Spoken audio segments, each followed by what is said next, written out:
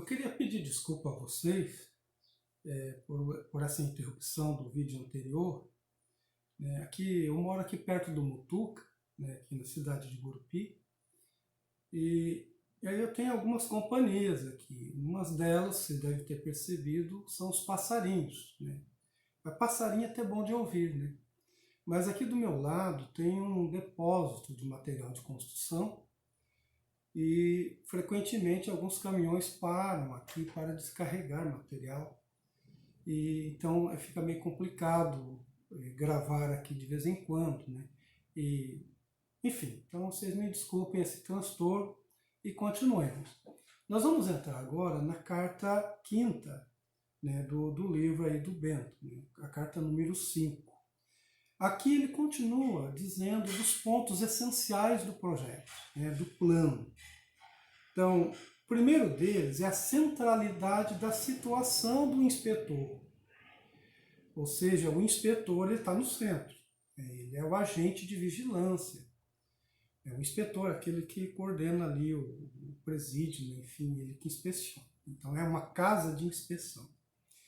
E a segunda questão é que esse inspetor, ele tem que ver sem ser visto. Então é nessa carta que ele vai colocar essa necessidade. A perfeita vigilância é aquela que é feita de forma econômica. Né? Todo mundo é visto, mas ninguém, você não pode assim endereçar essa ação de vigilância, você não sabe quem.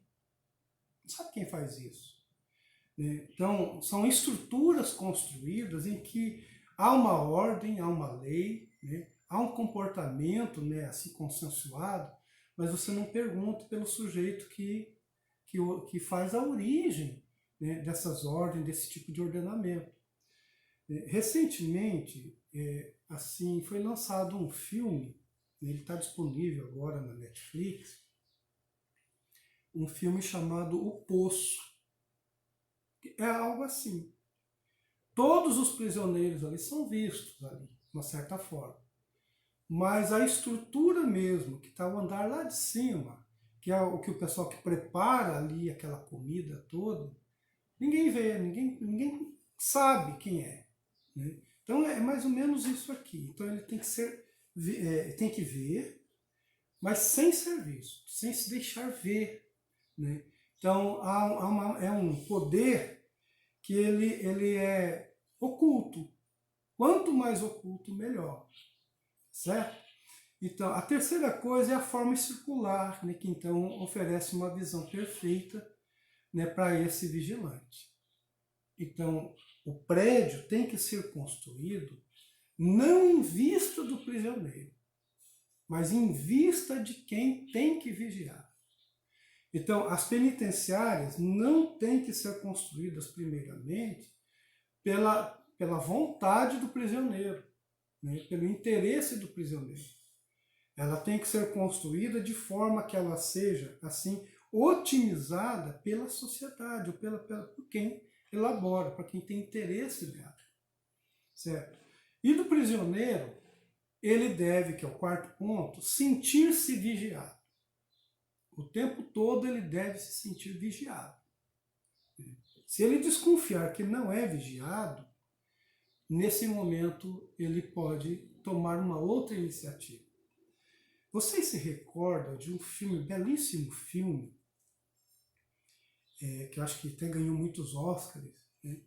Um filme chamado Um Sonho de Liberdade, que conta a história de um funcionário de um banco que teve a esposa assassinada, mas o assassino arrumou de um tal jeito a situação que toda a suspeita caiu sobre ele, né, o marido. E, assim, não deixava dúvida de que seria ele. E ele foi sentenciado à prisão perpétua. E ficou 20 anos na prisão. E durante esses 20 anos, como ele tomou consciência de que não sairia dali, porque a prisão era complicada, era muito rigorosa, então, durante a noite, ele passou a escavar. ele descobriu que era possível tirar algumas pedras da parede, né, com uma colher que ele conseguiu assim, pegar, né, no momento em que estava no refeitório. Então, todo dia ele te cavava um pouco, um túnel que chegasse até o esgoto, o sistema de esgoto da penitenciária. Então, ele leva anos fazendo isso. Anos fazendo. De tal forma que o máximo de terra que ele tirava dentro da meia do sapato. E na hora que ele ia para o pátio, ele depositava aquilo ali e ficava imperceptível, de pouquinho em pouquinho era imperceptível, né? Um punhado de terra só. Mas isso todos os dias, anos a fio, ele consegue então entrar no sistema de esgoto e do esgoto depois pegar o rumo e ir embora. Durante esse processo, como ele trabalhava em banco, sabia de finanças e tudo mais, ele conquistou, né, policiais, os vigilantes, o inspetor, porque ele resolveu fazer a declaração de imposto de forma que pudesse até sonegar, né, de todos os trabalhadores ali. E ele faz de um jeito que no final ele consegue transferir algum dinheiro de poupança desse pessoal para ele. E quando ele sai dali, ele está rico, ele tem condições de ir lá para ilhas do Caribe, por exemplo, e abrir um negócio para poder continuar a vida depois. Então, é isso que ele está dizendo aqui. Tem que se sentir vigiado, porque durante a noite se apagavam as luzes. E aí todo prisioneiro ficava assim, protegido com essa escuridão, o que favorecia a ele poder trabalhar durante anos seguidos, cavando esse túnel. No modelo de Bentham, isso não seria possível, porque nenhum prisioneiro, né, ficaria sem ser visto. Então, o quinto ponto que ele vai dizer é a satisfação da disciplina. O que se quer com um esquema assim de vigilância? A disciplina. Que as pessoas tenham um comportamento, aquele comportamento desejado pela ordem social. Comportamento ordeiro. É o comportamento esperado das pessoas. Que elas não se revoltem, que elas não atentem contra o sistema. Enfim, é um comportamento de obediência. Então, é o poder disciplinar, que depois o Michel Foucault vai desenvolver isso. Agora é uma época do poder da disciplina, mas uma disciplina que o vigiado também colabora.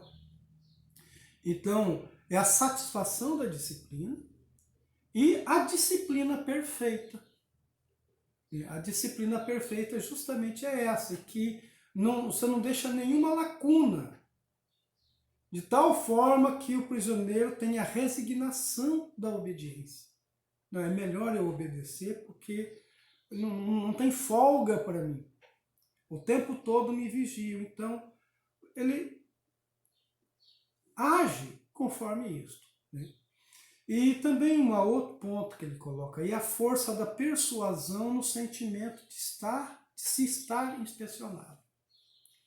Porque quando uma pessoa se sente que está vigiada, esse é um poder de persuasão assim melhor, né? Imagine um aluno em sala de aula. Se ele percebe que o professor está olhando para ele o tempo todo, a tentação de colar dele vai ficar complicado. Então ele não vai conseguir colar, né? A mesma coisa, uma pessoa que quer praticar um furto. Se ele percebe que tem todo um aparato de segurança que pode mostrar a identidade dele, também não vai furtar.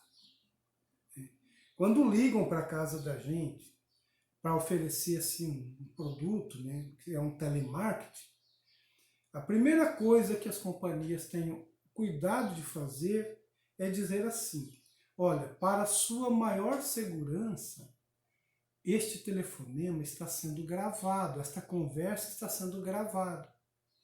O que significa isso?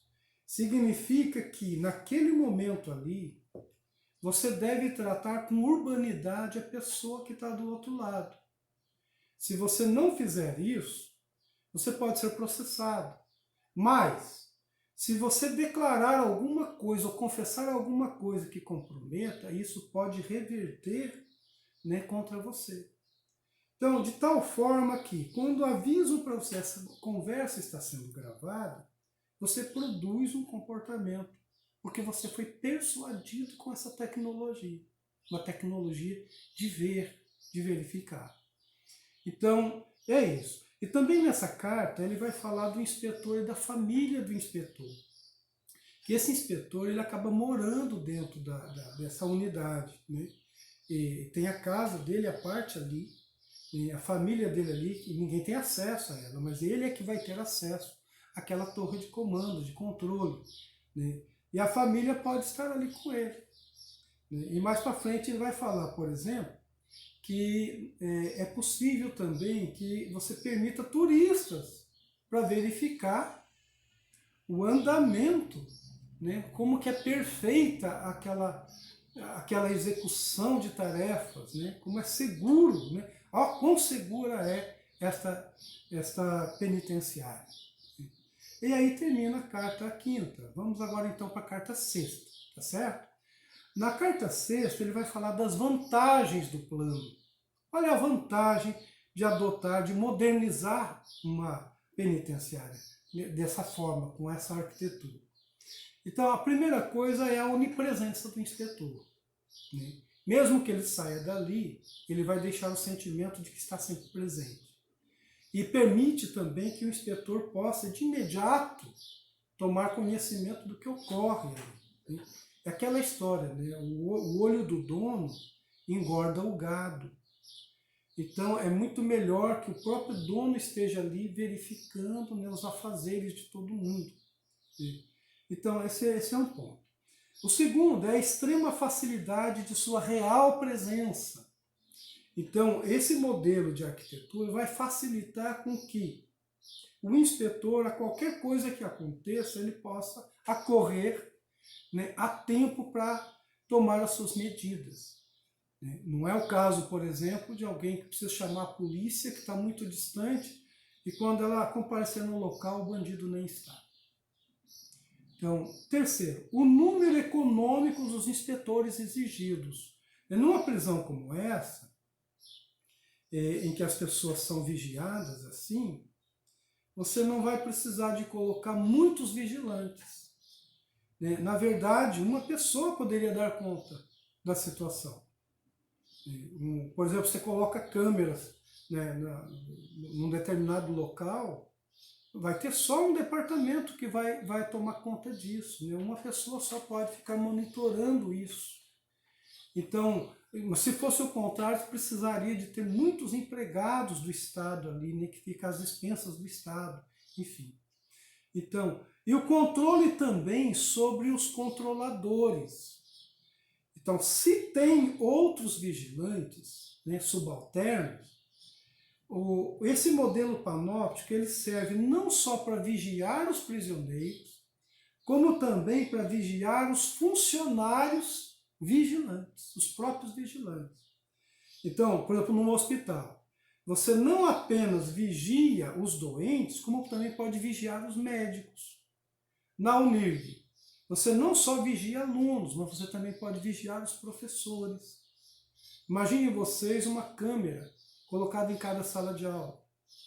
Que tipo de aula o professor está dando?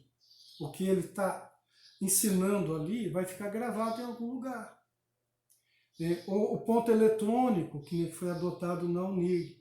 Você tem que chegar na hora certa, botar o dedo, registrar sua presença e depois, na hora certa, sair e registrar sua presença. Então, isso no mínimo vai fazer com que você dê tempo integral de aulas. E quem não fizer isso vai ter desconto no salário. Isso é uma visão panóptica. O mesmo acontece com os alunos. Vocês devem chegar à aula, o professor vai fazer chamada alguns minutos, né, assim que começar, e vai fazer também no final da aula. Resultado, você tem que chegar no horário certo da aula e sair no horário certo.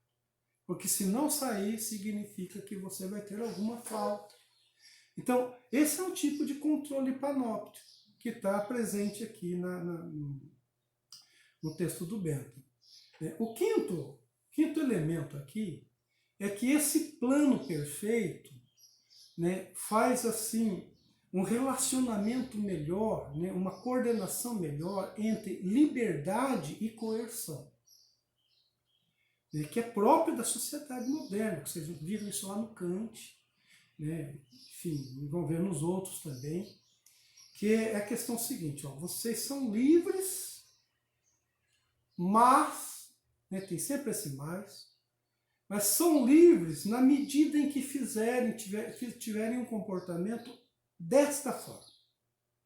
Não tendo este comportamento, serão coagidos para retornar a ele. Então, esse plano permite, então, que a gente elabore uma programática em que a liberdade e a coerção coexistam. Então, aquilo que você produz, que parece ser livre, na verdade é coação. E mesmo que a pessoa queira se revoltar, né, você fala, eu sei que estão me vendo, sei que estão fazendo isso, mas agora eu quero execrar, eu quero fazer algo contrário, quero que vejam eu fazendo algo contrário. Mas aí a consequência vem, que são os castigos. Então, é uma administração da liberdade e da coerção. O sexto ponto é a desoneração dos problemas a inspetores superiores. Por quê? Tendo, assim, uma visão dessa forma, então é econômico também na forma burocrática. Então, não há sim relatos, né? Evita de ter relatos o tempo todo, desculpe, sobre tudo o que se faz. Então, o inspetor estando ali, né, ele atua também sobre os subalternos. Então, ao mesmo tempo, ele está vendo aquilo ali. Embora haja relatos, haja, assim, relatórios daquilo que se faz, mas ele mesmo pode verificar em loco o que está acontecendo. Então, esse é um ponto. A sétima situação é justamente a visita pública, que eu falava agora há pouco. Essa visita pública é assim, uma espécie de turismo interno, né? Um turismo, pessoas de fora que podem vir, entrar e para verificar, não, olha como é que funciona bem o sistema, nossa, olha como é bom, né? E tem gente que tem medo de visitar a prisão justamente por medo de algum motim. E isso aqui é colocado, né? Então é possível agora fazer uma visita pública e as pessoas podem verificar como é que funciona e assim por diante. Eu queria remeter vocês a uma obra do Kafka, né? O Kafka tem um livro, é um conto, na verdade, chamado A Colônia Penal. Não sei se vocês conhecem, se não, dê uma verificada. Assim, ele tem várias obras de ficção que nos ajudam na questão do direito. Um deles é o Processo. Mas esse da Colônia Penal é a história de um homem que inventa uma máquina de suplício. E essa máquina, ela tatua assim na pele do prisioneiro, do criminoso, justamente o código de lei que essa pessoa violou, né? Ela escreve essa lei, né? Você é culpado por isso, aqui escreve na carne, é uma forma de tatuagem mesmo, cortando a carne da pessoa, né, com aqueles caracteres lá. E aí ele quer testar isso, ele quer mostrar, ele chama pessoas para ver, né, a grandiosidade do invento. E não tendo uma cobaia para fazer a demonstração, ele mesmo, o próprio inventor, ele se oferece como cobaia, ele se coloca. Então ele vai ter uma máquina que vai tatuar nele, né, assim, que vai fazer a demonstração, né? Então, essa ideia de que quando a gente faz algo, né, que funciona, né, da gente chamar pessoas de fora, né, para ver e aplaudir, né, e divulgar aquilo que foi construído, né, é uma parte da vaidade mesmo das pessoas. Aqui é a parte da vaidade do panóptico, né? Imagina para vocês verem assim, escolas modelo, fábricas modelo, né, assim, campos de trabalho que sejam modelares, e as pessoas, né, chamando, né, um público para verificar como é que funciona. É parte, então, como eu disse, assim, da vaidade. Aí, certo? E aí terminamos a carta sexta. Agora nós vamos falar da carta sétima. A carta sétima, ele vai falar aqui de casas penitenciárias e da custódia segura. Custódia, vocês sabem o que é, né? Custódia é uma palavra latina que vem de custos custodes, que significa zelo, né, vigilância, cuidado. A palavra mais correta que a gente poderia dizer assim é tutela. Né? Também podemos dizer de tutela. Nós usamos a palavra custódia também, até hoje. Né? Então, é alguém que está ali atendendo uma pessoa, né? Portanto, é um zelo, né? É uma atenção que se dá à pessoa. Então, como é que é essa custódia segura? Então, ele vai dizer o seguinte, ó, primeiro, esse modelo tem que servir a isso, tem que ser um local de custódia segura. Então, dentro dela, você vai ter assim, locais para trabalho, locais para lazer, horas de convivência, né, que não são muitas, mas também horas de tomar o sol e assim por diante. E esse local de custódia segura pode ser estendido a locais de trabalho, né, que são as manufaturas, né, as fábricas. Também pode ser estendido aos hospitais. E deve também, assim, servir contra projetos de fuga.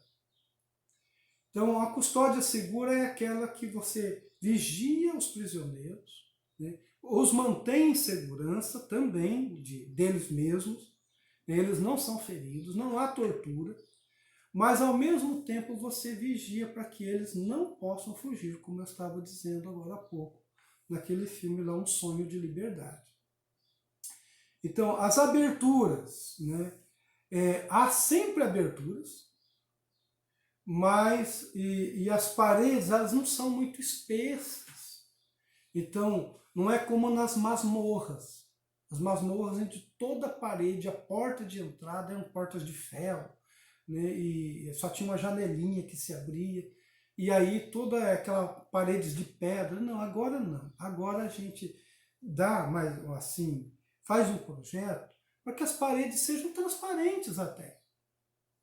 Então, as aberturas, né, então é uma prisão que, assim, que se valoriza a abertura, né, que sejam transparentes, que você possa ver.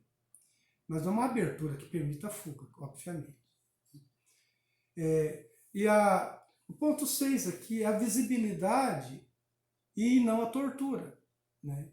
Então, o objetivo é prender as pessoas, é confinar as pessoas, retirá-las, né, do ambiente social, onde elas fizeram um atentado contra a ordem, né, seja lá em que grau foi, né, o delito. Então, a função da prisão só é essa, é você retirar, proteger a sociedade daquele elemento, daquele indivíduo. E uma vez que ele está preso, é só isso. Ali não é um lugar de vingança, não é um lugar, então, para tortura. Então, não é mais a masmorra que você acorrenta a pessoa, põe uma máscara de ferro, a pessoa fica com corrente, amarrado pelos tornozelos, arrastando correntes. Não é mais isso. A pessoa ali dentro, ela tem uma relativa liberdade ali, naquele espaço, né? E, enfim, mas ela está ali livre, né? O corpo dela não é atacado. O corpo dela só é vislumbrado, é esquadrinhado, né? Mas não sofre violência. E um outro ponto é a perda do caráter, então, odioso da pena.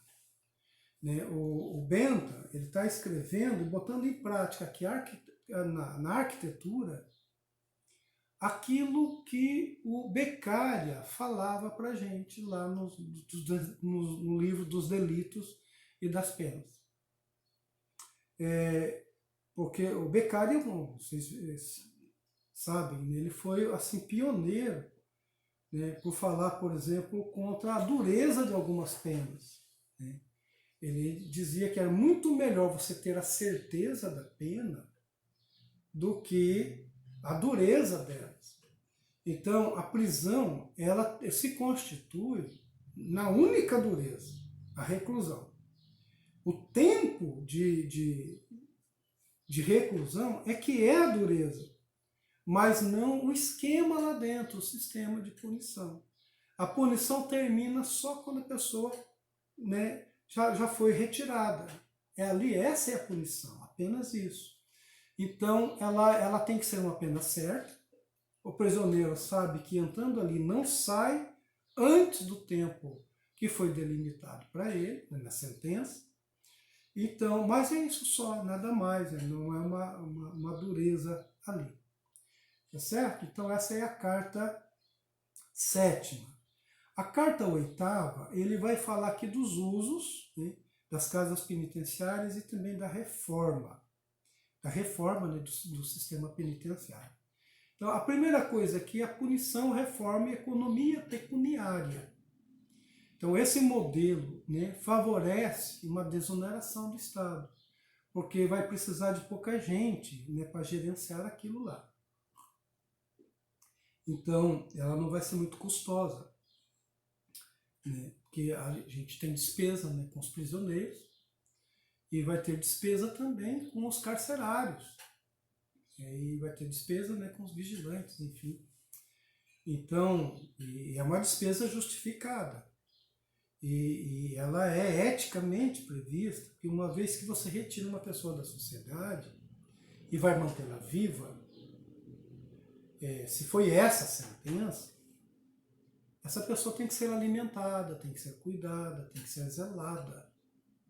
Ela não é para ser destratada, maltratada, né? Enfim, deixada lá sem banho, sem comida, né? Passando frio, passando fome, de jeito nenhum. Então isso tem um custo, né? O prisioneiro, né, ele tem um custo e a sociedade paga por isso. Ela tem a obrigação de pagar, a não ser que se fale em pena de morte, vamos eliminar isso aqui, porque isso aqui é um peso morto para a sociedade, mas ainda assim, né, na época aqui do Bento tinha pena de morte, como ainda tem até hoje. Ainda assim, há um tempo de espera para essa execução, ela não é uma execução sumária. Então, mesmo assim, tem que se agir de uma forma assim que se zele pelo prisioneiro. Mas nesse esquema do Bentham, nós vamos ter aqui uma economia, uma possibilidade de economia pecuniária.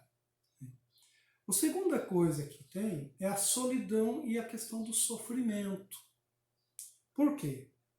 Porque esse prisioneiro, lá, ele vai estar sozinho, né? Ele só não vai estar sozinho na hora do trabalho e talvez numa hora que vai tomar o sol e assim por diante. Mas a maior parte do tempo ali ele vai estar sozinho, na cela. Então ele não tem com quem conversar. E essa solidão, ela é o sofrimento, né? Então, ele até cita aqui uma frase em latim, né? Nunquam minus solus, quam cum solus. Nunca tão só quanto consigo mesmo. Então, esse é o paradoxo do estudante, né, que ele está citando aqui. Nunca você está tão só quanto está consigo mesmo. Ou seja, o prisioneiro que foi individualizado a tal ponto de ser o único na cela e vigiado o tempo todo, ele é uma solidão, e é uma solidão também que vai doer. Certo? Então, o terceiro ponto que ele vai colocar aqui são as pessoas então solitárias e segregadas. Você é solitária e ao mesmo tempo é retirado. E retirado também da convivência dos outros ali. Então, nenhuma aglomeração, nenhum acotovelamento no caminho entre o local de trabalho e o local destinado à devoção. É quando eles vão para as oficinas e quando vão também para a reza, para as missas, enfim. Nenhuma briga, nenhuma conspiração, nenhuma trama de fuga, nem tampouco qualquer chicote ou cadeia para impedi-las. Então uma prisão econômica, porque você não vai poupar energia, você não precisa torturar as pessoas, castigar as pessoas. Então essa é a carta oitava. Aí tem a carta nona, que ele continua falando de casas penitenciárias, da economia, do contrato e também do plano. Tá? Então, continua ele falando, né, que é a economia pecuniária, né, como que se vai fazer a economia. E aí a administração da prisão pode, inclusive, ele abre esse precedente aqui, de ser um serviço terceirizado. Quem vai tomar conta ali? Quem que vai inspecionar? Pode ser alguém, um terceiro, não precisa ser diretamente o Estado. Então ele vai falar aqui de contrato e de licitação. No fundo, é aquilo que nós falamos hoje de terceirização. O Estado é o agente que pode condenar, só ele. Então os juízes, o sistema judicial é um braço do Estado, é um poder do Estado, é o Estado que faz isso. É para isso que existe o Estado. Os indivíduos constituíram o Estado e o nomearam como competente.